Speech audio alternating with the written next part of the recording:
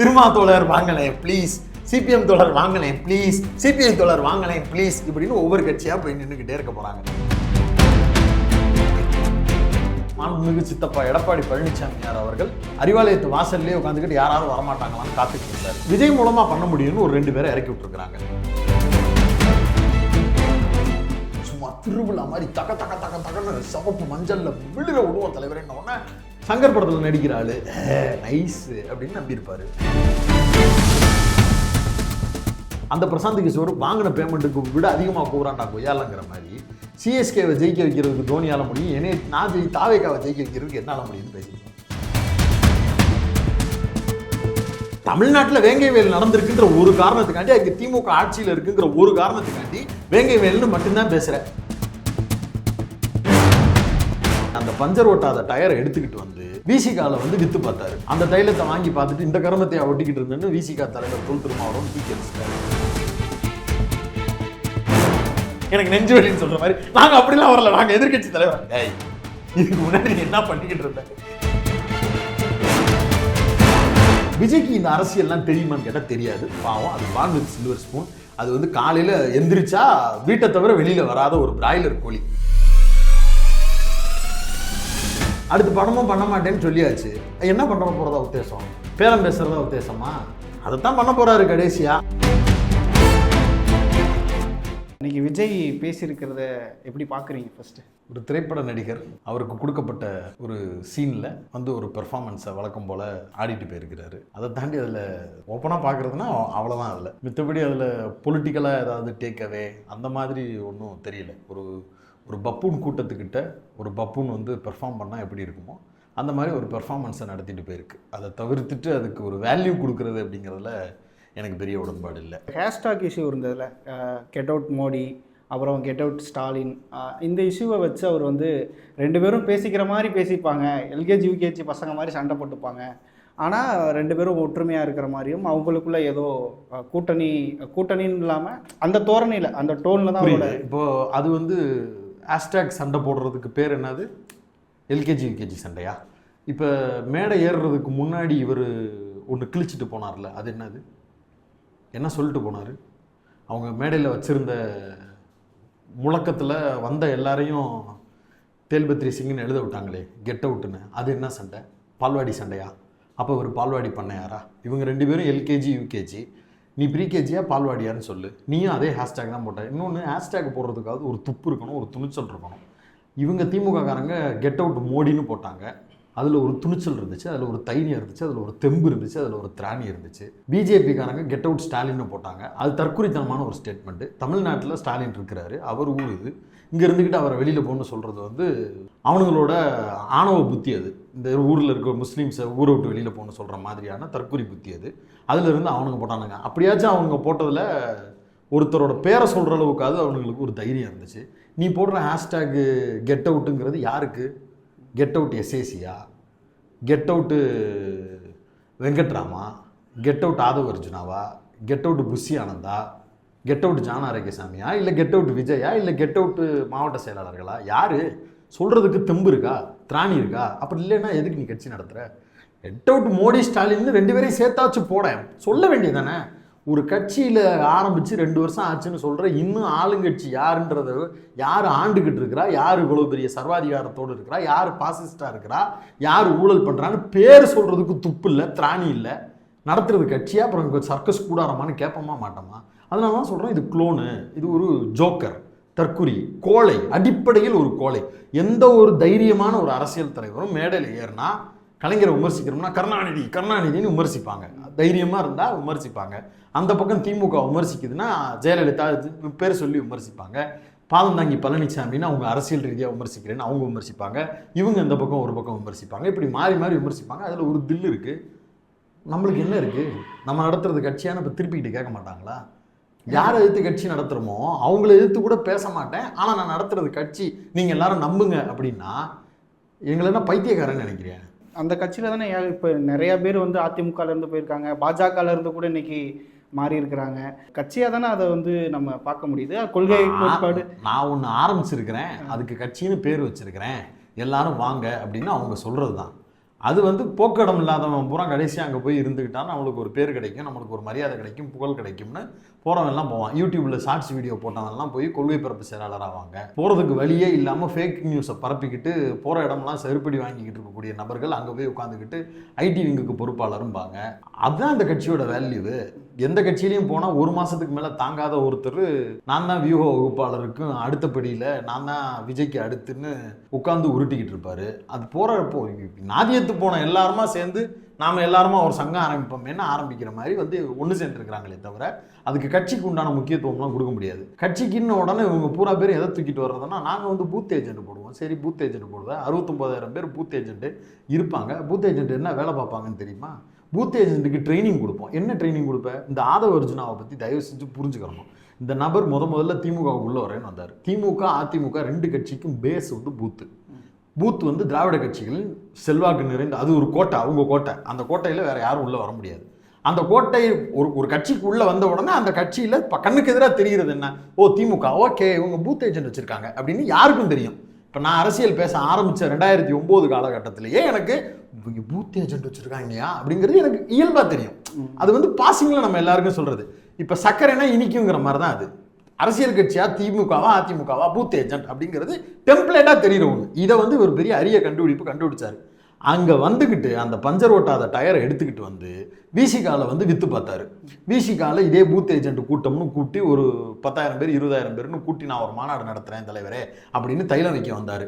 அந்த தைலத்தை வாங்கி பார்த்துட்டு இந்த கருமத்தையை ஒட்டிக்கிட்டு இருந்தேன்னு விசிகா தலைவர் தொல் திருமாவளவன் தூக்கி அடிச்சிட்டாரு. அதை அப்படியே தூக்கிக்கிட்டு வந்து இப்போ விஜய் கிட்ட உட்காந்து ப்ரெசன்டேஷனாக போட்டு காட்டி 69,000 பேர் ஒரு இடத்துல மேடை போட்டு சும்மா திருவிழா மாதிரி தக்க தக்க தக்க தக்கன்னு சிவப்பு மஞ்சளில் மிளிர விடுவோம் தலைவரேன்னு உடனே சங்கர் படத்தில் நடிக்கிற ஆளு நைஸ் அப்படின்னு நம்பியிருப்பாரு. அதை ஒரு பெருமைன்னு நினச்சி மேடையில் ஏறி விஜய் பேசுகிறாரு. 69,000 பேர் அப்போ பார்ப்பீங்க நம்ம கட்சி. அது ரொம்ப குழந்தைத்தனமாக தற்குறித்தனமாக ஜோக்கர்த்தனமாக இருக்குது. இதெல்லாம் ஒரு பெருமைன்னு வந்து ஒருத்தர் நம்பி பேசுகிறாப்புல. அப்போ அந்த கட்சி எந்த லட்சணத்தில் இருக்கும்? இது கட்சியானு முதல்ல அப்புறம் தான் கேள்வி வரும். குறிப்பாக வந்து பார்த்தீங்கன்னா பிரசாந்த் கிஷோர் வந்து ஒரு கையெழுத்து, அதாவது கெட் அவுட் அப்படிங்கிற ஒரு போர்டில் வந்து கையெழுத்து போடணும். அது வந்து பாஜகவுக்கு எதிர்ப்பாக அந்த போர்டு இருந்ததாகவும் சொல்லப்படுது. அதில் அவர் கையெழுத்து போடுறதுக்கு மறுத்துட்டார். இதை எப்படி பார்க்குறீங்க? ஆக்சுவலாக என்ன சொல்ல அவங்க முட்டு கொடுக்க வாய்ப்பு இருக்குன்னா, பிரசாந்த் கிஷோருக்கு என்னன்னு தெரியாது, அதனால் அவர் போடாமல் இருந்திருப்பாருன்னு சொல்ல வாய்ப்பு இருக்குது. வாய்ப்பு இருக்கிறவங்க அந்த கிளிப்பிங்கை பார்க்கட்டும். நீங்களும் வாய்ப்பு இருந்தால் அந்த கிளிப்பிங்கை போடுங்க. ஆதவ அர்ஜுனா கிட்ட இது என்ன வெள்ளை கலரில் போர்டு இருக்கேன்னு அந்த ஆள் கேட்குறாரு. அதுக்கு பக்கத்தில் நிற்கிற ஆதவ அர்ஜுனா இது வந்து மும்மொழி கொள்கை, இந்த மாதிரி இந்தி திணிப்பு, இந்த மாதிரி பிரச்சனைகளுக்காக கெட் அவுட்டுன்னு போடுற ஒரு சிம்பாலிக்காக நம்ம வந்து ஒரு ப்ரொட்டஸ்ட் ஆர்கனைஸ் பண்ணுற மாதிரி ஹேஷ்டேக்காக இதை ட்ரெண்ட் பண்ணுறதுக்காக நம்ம பேசுகிறோம் அப்படின்னு அவர் சொல்லியிருக்கணும். ஏன்னா உங்களை பார்த்து என்னவா அப்படின்னு நான் கேட்குறேன்னா, பக்கத்தில் இருக்கிறவர்கிட்ட கேட்குறேன்னா அவர் யார் அப்படின்றது இயல்பான ஒரு பொருள். புதுசாக வந்து நீங்கள் நிற்கிறீங்க அப்படின்னா என்னென்னு பார்க்குறது. இந்த ஃபோனை பார்த்துட்டு என்ன மாடலு அப்படின்னு நான் கேட்குறேன். இந்த ஃபோனை பற்றி பேசிக்கிட்டு இருக்கும்போது என்ன மாடல்ரா, அது இயல்பாக நம்ம புரிஞ்சுக்கிறது. அப்போ வர்றாரு மேடையில் பேனா கொடுக்குறதுக்கு முன்னாடி என்னன்னு கேட்குறாரு. அதுக்கு ஆதவ வச்சுன்னா வியாக்கியானம் கொடுக்குறாரு. நோ அப்படின்ட்டு போகிறாரு. அப்போ விஷயம் தெரிஞ்சு வேணான்னு சொல்கிற ஒரு ஆளை பக்கத்தில் உட்கார வச்சுக்கிட்டு கொள்கை எதிரியை எதிர்க்கிறேன்னு ஒரு பக்கம் உருட்டுற, அரசியல் எதிரியை ஒரு பக்கம் எதிர்க்கிறேன்னு உருட்டுற. அவர் முதல்ல உன் கொள்கையாளா? அவர் முதல்ல உன் அரசியல் நண்பரா? அதை கேட்டியா? முதல்ல கேட்டுட்டு மேடை ஏற்றினியா?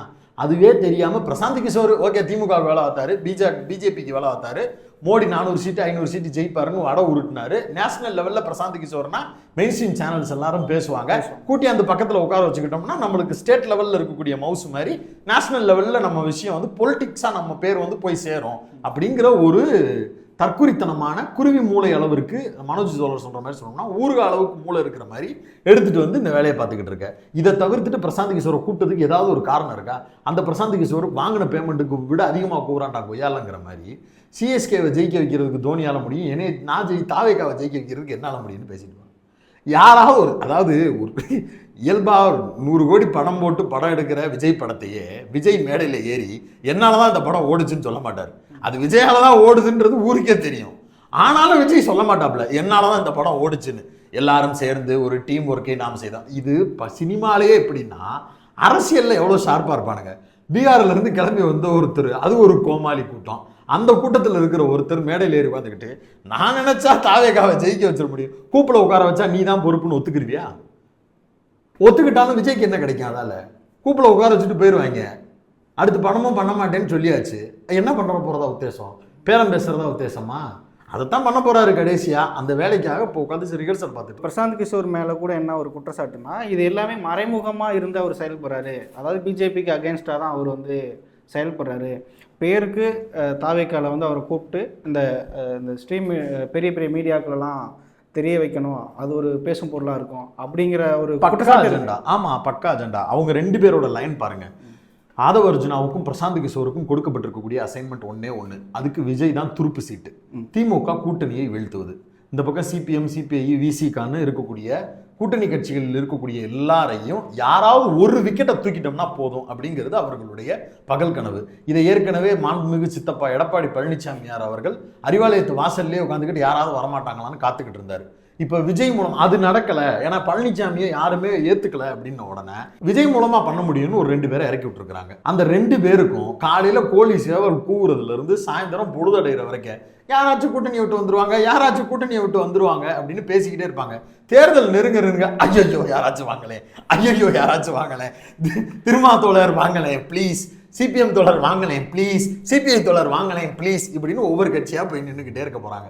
இதை தவிர்த்துட்டு அவங்களுக்கு கொடுக்கப்பட்டிருக்க அசைன்மெண்ட் வேறு ஒன்றும் கிடையாது. அங்கிருந்து யாரையாவது கூட்டு வருவது, அவங்களையும் கூட்டி போய் நடுத்தருவில் நிப்பாட்டணுங்கிறது. இங்கே டீலிமிட்டேஷன்ஸால் பிரச்சனை வருது, இங்கே பணம் நிதி தரலைங்கிறதுனால பிரச்சனை வருது. இதெல்லாம் தேசிய அளவில் சிபிஎம் மாதிரியான இடதுசாரி கட்சிகள் வைக்கக்கூடிய கோரிக்கை.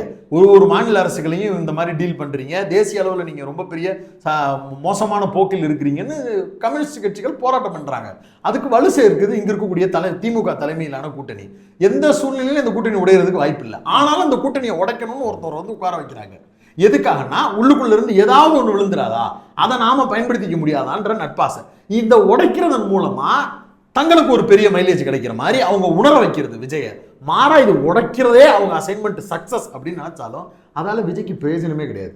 யார் வருவா திமுக கூட்டணியிலிருந்து? சரி, வருவதற்கு உண்டான ப்ளீஸிங் ஆச்சும் ஒன்று என்ன இருக்கு? இப்ப தேசிய அளவில் சாதி ஒழிப்புக்காக இந்த பிரச்சனையை நான் கையில் எடுக்கிறேன் அப்படின்னு விஜய் பேசிட்டு என் கூட வந்து திரும்ப வரணும், நான் எதிர்பார்த்து காத்துனுக்கிறேன் விசிகேவுக்கு அப்படின்னு சொன்னால் அதில் ஒரு லாஜிக் இருக்குது. அதை நம்ம ஓகே சரி ரைட்டு, தேசிய அளவில் அவர் பாருங்களேன் இந்த பக்கம் தலித்துகள் பூரா பேரையும் ஆர்கனைஸ் பண்ணுறதுக்கு ஒரு பெரிய லாபி பண்ணுறாரு. அதில் திருமாத்தோழர் மாதிரி ஒருத்தர் கூட இருந்தாருன்னா அது இன்னும் வேல்யூவாக இருக்கும். நம்மளுக்கு தேவை வந்து ஒடுக்கப்பட்ட மக்களுடைய பிரச்சனை தீர்வு தானே, அப்போ திருமாத்தோழர் அங்கே இருக்கலாம் அப்படின்னு நம்மளுக்கும் தோணும். திருமாத்தோழருக்கே அது தோணும். ஓகே, தேசிய அளவில் ஒரு பிரச்சனையை அட்ரஸ் பண்ணணும்னு நினைக்கிறாரு, அப்போ நம்ம அவர் கூட இருப்போம்னு தோணும். அப்படி நீ ஏதாச்சும் ஒன்று பண்ணியிருக்கியா? உனக்கு தீண்டாமை பிரச்சனைனா என்னன்னு தெரியுமா? தமிழ்நாட்டில் வேங்கைவேல் நடந்திருக்குன்ற ஒரு காரணத்துக்காண்டி, அங்கே திமுக ஆட்சியில் இருக்குங்கிற ஒரு காரணத்துக்காண்டி வேங்கைவேல்னு மட்டும்தான் பேசுகிறேன். வேங்கைவேலில் என்ன தேதியிலன்னு இப்படி நிப்பாட்டி என்னைக்கு மலம் கலந்ததாக சொல்லப்பட்டது, இதுவரை என்னென்ன விசாரணை நடந்துகிட்டு இருக்கு? ஒன்றும் இல்லை. வேங்கைவேல் பிரச்சனை இப்போ யார்கிட்ட இருக்கு? போலீஸ்கிட்ட, தமிழ்நாடு போலீஸ்கிட்ட இருக்கா, சிபிஐட்ட இருக்கா, சிபிசிஐடிட்ட இருக்கா, யார்கிட்ட இருக்கு சொல்லுன்னு மட்டும் கேளுங்களேன். தெரியாது. ஆனால் வேங்கைவேல் தெரியும், அவ்வளோதான் தெரியும். அப்போ அங்கேருந்து கூட்டணிக்கு அங்கே விசிகா வருவதற்கு வாய்ப்பு இல்லை. இஸ்லாமிய அமைப்புகளுக்கு ஆதரவாக நீ ஏதாவது ஒரு ஸ்டேட்மெண்ட் உன் வாயிலிருந்து வந்திருக்கா? மைனாரிட்டின்னு சொல்கிறதையே நான் அசிங்கமாக நினைக்கிறேன்னு தற்கூரி மாதிரி பேசிக்கிட்டு இருக்கேன். ஒட்டுமொத்த இந்திய அளவில் மைனாரிட்டிகள் எந்த அளவுக்கு ஒடுக்கப்பட்டிருக்கிறார்கள், வக்ஃபு போர்டு பிரச்சனையிலிருந்து சிஏஏ என்ஆர்சி மாதிரியான திட்டங்கள் வரைக்கும் எவ்வளோ பெரிய அதில் பாதாளத்தில் நம்மளை கொண்டு போய் விட்டுட்டு இருக்காங்க. நான் வந்து இல்லை அடிச்சு வச்சிருக்கிறேன் புக்கு, அதை படித்து தெரிஞ்சுக்கன்னு மட்டும்தான் சொல்றியே தவிர வெளியில் வந்து உருள மாட்டேங்கிற. முஸ்லீம்களுக்கு ஒரு பிரச்சனை, முஸ்லீம் தாக்கப்படுவதில் ஒரு பிரச்சனை, அவர்களுடைய வாழ்வாதார பிரச்சனை ஏதாவது ஒன்று இருக்குன்னு வந்து நீ நின்னா ஓகே, ஜவாஹிருல்லா தோழர்கிட்ட இவர் வந்து பேசலாம், மனிதநேய மக்கள் கட்சி கூட வருவாங்க, ஐயுஎம்எல் தோழர்கள் அட்ராக்ட் பண்ணிடுவார் இவர். ஏன்னா தேசிய அளவில் இவர் வந்து இஸ்லாமியர்களுக்கு ஆதரவாக குரல் கொடுக்கிறார், கிறிஸ்தவர்களுக்கு ஆதரவாக குரல் கொடுக்கிறார், அப்போ மைனாரிட்டியில் இருக்கிறவங்க வந்துருவாங்கன்னு நம்ம சொல்லலாம். அப்படி ஏதாவது இவர் பண்ணியிருக்கிறாரா? சரி, 12 மணி நேர வேலை பிரச்சனை, தொழிலாளர் பிரச்சனை, தேசிய அளவில் இங்கே இருக்கக்கூடிய உழைப்பாளர்கள் எல்லோருடைய உழைப்பையும் சுரண்டுறாங்க. வெவ்வேறு பன்னாட்டு முதலாளிகளுக்கு நாடை புறத்தையும் கூவி வித்துக்கிட்டு இருக்கிறாரு. அம்பானிக்கும் அதானிக்கும் இந்த ஒட்டுமொத்த இந்திய தேசியத்தையும் கொண்டு போய் வித்துக்கிட்டு இருக்கிறாரு மோடின்னு குற்றச்சாட்டை இங்கே இருக்கக்கூடிய இடதுசாரிகள் முன்வைக்கிறாங்க. உனக்கு சிபிஎம் வரணும்னு ஆசை இருக்குது, சிபிஐ வரணும்னு உன் கூட்டணியில் வரணும்னு ஆசை இருக்குன்னா ஒரு இம்புட்டுக்காண்டு உப்பு அளவுக்காச்சும் நீங்கள் வந்து வெளியில் நின்று நான் வந்து மோடியினுடைய இந்த பொருளாதார கொள்கையை எதிர்க்கிறேன், இது வந்து அதானிக்கும் அம்பானிக்கும் இந்த தேசத்தை விற்று கொண்டிருக்கக்கூடிய கபடதாரி இவர் அப்படின்னு நீ வெளிப்படையாக பேசிட்டு நான் வரட்டுமா டிநகர் சிபிஎம் ஆஃபீஸுக்கு நம்ம கூட்டணியை பற்றி பேசுவோமான்னு சொன்னாங்கன்னா அதில் ஒரு லாஜிக் இருக்குது. சிபிஎம் தோழர்கள் போகிறதுலையும் ஒரு லாஜிக் இருக்குது. அப்போ சிபிஎம் தோழர்கள் போனாங்கன்னா கூட பரவாயில்ல, தோழர் போகிறாரு, அவர் பேசி ஒரு நல்ல முடிவை எடுத்துகிட்டு வந்துடுவாங்க, தேசிய அளவில் இந்த பிரச்சனையை குறித்து பேசுகிறதுக்கு தயாராக இருக்கிறாரு விஜய்னு சொல்லலாம். அப்படின்னு எதுவும் பேச போகிறதில்ல. அப்புறம் எப்படி என்ன அக்ரிமெண்ட்டில் திமுக கூட்டணியில் இருக்கக்கூடிய கட்சிகள்லாம் உனக்கிட்ட வருவாங்கன்னு நீ நம்புற? முதல்ல நம்புறதுக்கே ஒண்ணும் இல்லை, ஆனா வருவாங்க. எதுக்காகனா இவனுங்க வாங்கிக்கிட்டு இருக்க அந்த அசைன்மெண்ட்டுக்கு மேல பேசுறது. நாங்கள் வந்து மாற்றுறதுக்கு அப்படியே உள்ளுக்குள்ள இருந்து அப்படியே ப்ரொவோக் பண்ணி அவங்கள பூராத்தையும் கூட்டணியில இருந்து கூட்டுப்பாங்க. அப்படி ஒரு நாள் அங்கே நடக்க போறது இல்லை. ஏன்னா அவங்க எதிர்பார்த்ததை விட ஸ்ட்ராங்கா பில்ட் பண்ணி வச்சிருக்காங்க. ஏன்னா அந்த கூட்டணியில சீட்டுக்காக நாங்க இல்ல, கொள்கைக்காக இருக்கிறோம்னு சொல்லிட்டாங்க. உங்ககிட்ட அப்படி கொள்கைக்காக வர்றது மாதிரி ஒரு 4 பேரை சொல்லு. நீ கொள்கை வச்சிருக்கில்ல, என்ன கொள்கை? சமூக நீதி, மத சார்பற்ற கொள்கைன்னு ஏதோ ஒன்று வச்சிருக்கில்ல. அந்த கொள்கையை நீ முதல்ல மிஸ்டேக் இல்லாமல் சொல்லு. அது ஒன்று. அந்த கொள்கையை ஏற்றுக்கிறது மாதிரி ஒரு 4 கட்சியை சொல்லி நீ கூப்பிட. நான் அதில் ஆரம்பத்துல இருந்து தெளிவாக இருக்கிறேன். விஜய் வந்து அதிமுக கூட்டணியில் உறுதியாக இல்லை. ஏன்னா அப்படி போகிறது சவக்குழின்றது விஜய்க்கும் தெரியும். விஜயை சுற்றி இருக்கக்கூடிய கும்பலுக்கு பேமெண்ட் பிரச்சனைனால இதை வேலையை பார்த்தாங்க. ஏன்னா எடப்பாடி கிட்ட போன தடவை வந்து 20 எம்பி சீட்டு ஜெயிக்க போறீங்கன்னு சொல்லி பெட்டி வாங்கினாங்க. அவங்க பூரா பேர் இப்போ கூப்பில் உட்காந்துருக்காங்க. 3 மாதத்துக்கு ஒரு தடவை ஜெயிலுக்கு போயிட்டு வராங்க. அது ஒரு பக்கம். அவங்க பூரா பேர்ட்டு இப்போ மறுபடியும் குளிர் விற்கிறதுக்கு எடப்பாடி கிட்ட விஜய் நம்ம கூட்டு வந்துடும், விஜய் நம்ம கூட்டு வந்துருவோம்னு உரசிக்கிட்டே இருந்திருக்காங்க. ஜெயக்குமார் கூட இடையில ஆமா செட்டியார் உஷாராயிட்டாருன்ற மாதிரி எடப்பாடி பழனிசாமி உஷாராயிட்டாரு. இதுக்கு மேல கறக்குறதுக்கு என்கிட்ட ஒண்ணும் இல்லடா, ஆளை விடுங்கடா, விட்டுருங்கடாண்ட அந்த விரக்தியில தான் நீங்க ஆதரவு மேடம் 45 சீட்டு வாங்கிட்டு நாங்க வர்றதுக்கு வரல. உன்னைய யார் கேட்டா? நீ அதுக்கு வாண்டடா வந்து சொல்ற? டக்குன்னு தனி ஒருவன் படத்துல தம்பிராமையா நெஞ்சில கை வச்சுக்கிட்டு எனக்கு நெஞ்சு வலின்னு சொல்ற மாதிரி நாங்க அப்படிலாம் வரல, நாங்க எதிர்கட்சி தலைவர். ஏய், இதுக்கு முன்னாடி நீ என்ன பண்ணிக்கிட்டு இருந்த? நீ எதுக்கு எடப்பாடிட்ட போன? நீ எதுக்கு திருப்பி இங்க வந்த? இந்த கேள்வி எல்லாம் பதில் எல்லாமே இருக்குல்ல. இதெல்லாம் இருக்கிறப்ப திருப்பி அப்படின்னா அது நகைப்புக்குரிய ஒண்ணு. அப்ப ஆக மொத்தத்தில் இவங்களுடைய கேம் அப்படிங்கிறது வந்து விஜயை வளர்ப்பது மட்டுமல்ல, விஜயின் பெயரை பயன்படுத்தி விஜய்க்கு ஒரு அசைன்மெண்ட்டை செலக்ட் பண்ணி அதில் விஜயை வந்து பலியாடா மாற்றணுங்கிறது தான். விஜய்க்கு இந்த அரசியல்லாம் தெரியுமான்னு கேட்டால் தெரியாது. பாவம், அது பான் வித் சில்வர் ஸ்பூன். அது வந்து காலையில் எந்திரிச்சா வீட்டை தவிர வெளியில் வராத ஒரு பிராய்லர் கோழி. அவரை வச்சுக்கிட்டு அரசியல்லாம் நீங்கள் பேசுறது வேஸ்ட்டு. அவருக்கு நீங்கள் எழுதி கொடுத்தீங்கன்னா ஒரு சீனை அழகாக வந்து ப்ரெசென்ட் பண்ணுவார். ஜானாரகசாமி எழுதி கொடுத்தா அதை பேசுவார், வெங்கட்ராம் எழுதி கொடுத்தா அதை பேசுவார், புஷி ஆனந்துக்கு எழுதி கொடுக்க தெரியாது, அதனால் அவர் வேற. இந்த பக்கம் ஆதவ அர்ஜுனா வேற எதுலையாவது இருந்து எடுத்துகிட்டு வந்து கொடுத்தாருன்னா அதை எடுத்தும் பேசுவார். அவ்வளோதானே தவிர அவருக்கு இதை குறித்தான புரிதல் எல்லாம் கிடையாது. தனியாக கட்சி ஆரம்பிக்கணும், தனியாக நம்ம நிற்கணும், நம்மளுக்கு ஒரு மாசு இருக்குன்னு காட்டணும், அது நம்மளுக்கு இருக்கக்கூடிய பர்சனல் ஈகோவில் இருக்கக்கூடிய பிரச்சனைகளை தீர்த்துக்கணும். இதுதானே தவிர இது ஒரு அரசியல் கட்சி, இதுக்கு ஒரு வியாக்கியானங்கள்லாம் அவங்கள்ட்டே கிடையாது. அதை உட்காந்து நாமளும் டிஸ்கஸ் பண்ண வேண்டிய அவசியமும் கிடையாது.